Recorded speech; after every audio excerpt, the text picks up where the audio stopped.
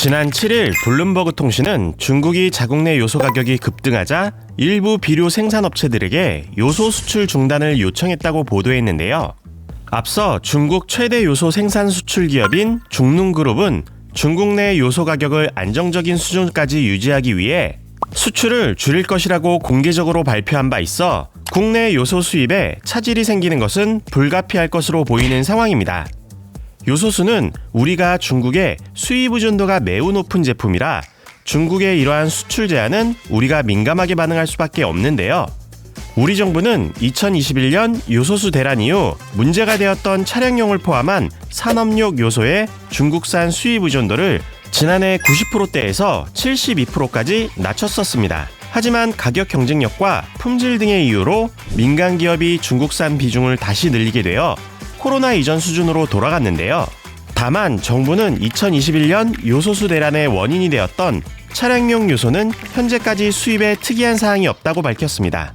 요소는 크게 차량용, 공업용을 포함한 산업용과 선박용, 농업용 등으로 분류되어 있는데 문제가 되었던 차량용 요소에 대한 수입은 차질이 없는 상황이라고 알리며 현재 차량용 요소의 국내 재고는 총 60일 수준이라고 밝혔는데요.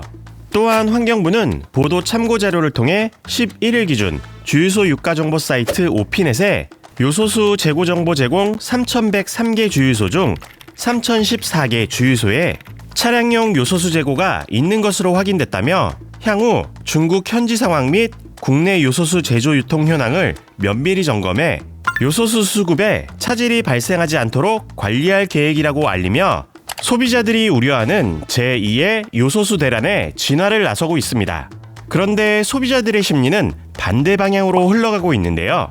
국내 요소수 대표 판매처인 롯데정밀화학 유록스는 요소수 대란을 우려한 소비자들의 주문 폭주로 인해 현재 요소수 판매를 중단한 것으로 확인되고 있으며 대부분의 온라인 쇼핑몰에서도 품절이거나 판매하더라도 한 개로 제한하고 있고 이마저도 가격이 2배 이상 인상되어 판매되고 있는 상황입니다. 온라인 커뮤니티를 중심으로 요소수를 구매 못하고 있다는 인증글까지 나오고 있어 국내 소비자들의 불안과 불만은 점점 커지고 있는 게 느껴지는데요. 제가 생각하기엔 소비자들은 자연스럽게 위기 상황을 대비하고 싶어 하기 때문에 요소수 대란을 한번 겪은 소비자들 입장에서 사재기 현상은 어찌 보면 당연하다는 생각이 드는데요.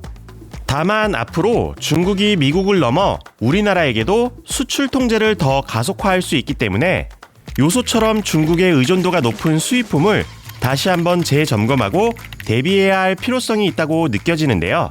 여러분들은 어떻게 생각하시나요? 지금까지 상암동 튜브였습니다.